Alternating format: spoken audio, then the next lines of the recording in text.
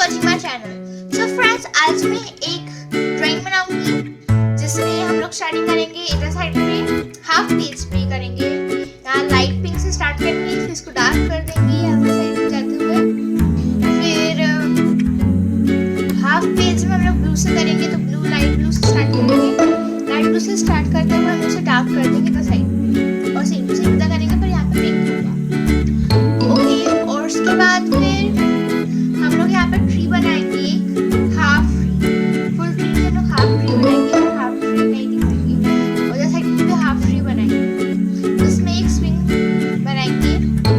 यहाँ blue side पे हम लोग एक बॉय बैठाएंगे, और यहाँ पे एक साइड पे हम लोग एक गर्ल बैठाएंगे।